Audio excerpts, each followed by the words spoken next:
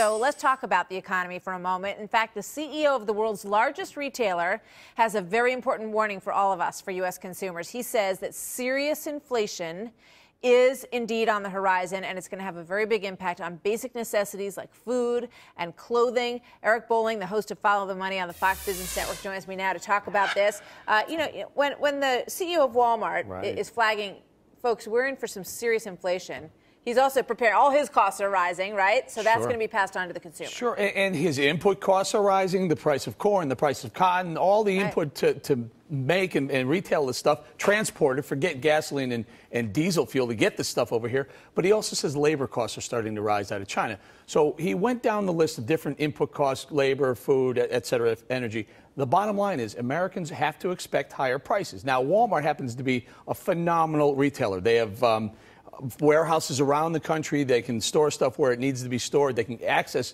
goods in different places. So the effect to Walmart's prices may be a little bit muted or limited. But take a mom and pop retailer, it's just strangling them. A jeans retailer, price of jeans are skyrocketing because the price of cotton's up 115% in 1 year. Yeah, so, where does this, let's take a look. We built something that shows a comparison of just bread, for example, just to give everybody an indication of how, and you can feel it, when I go to the grocery store and it feels like it's just getting a little bit bigger, the bill every day when you're buying the same stuff you've always bought. So there's the price for white bread, $1.39 in February of 2011, and it's up 2.2%. That's a year-over-year change in bread. So that just gives not you bad in bread. Take a look at corn. Corn's up 92%. Why does corn matter? Corn is in just about everything you buy. They use it for, first of all, ethanol. But in the things you eat, high fructose corn syrup is in almost every snack, almost every soda, every single cereal you buy just has either corn or some corn-based sweetener in it. So the price of corn going up, the input costs are going up across the board. The government won't tell you this, though, Martha. You know that core inflation number that they report? Ex-food and energy. Ex-food and energy. Why in the world would they leave food and energy out, the two things that we use every single day? Because they're volatile, Eric, and so they can't be in that indicator because they're too volatile. That's their excuse. What is this? So where does this leave us? Because people's house, it's hard to sell your house. The price of your house is declining. The job market is very rough, despite the numbers that we have today that are a little bit better than they have been, which is a good sign.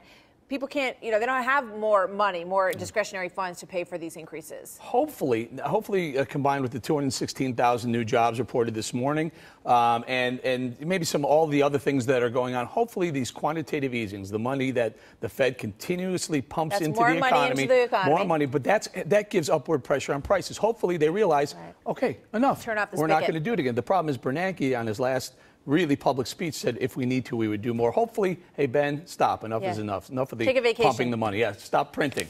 All right, Eric Bolling, as always, thanks so much. Thanks, Good to Martha. see you. You can follow The Money with Eric every day, almost every day pretty much, on the Fox Business Network, Monday through Wednesdays, and then again on Friday at 10 p.m. Eastern. It's a great, great show. Urge you to catch it on the Business Channel.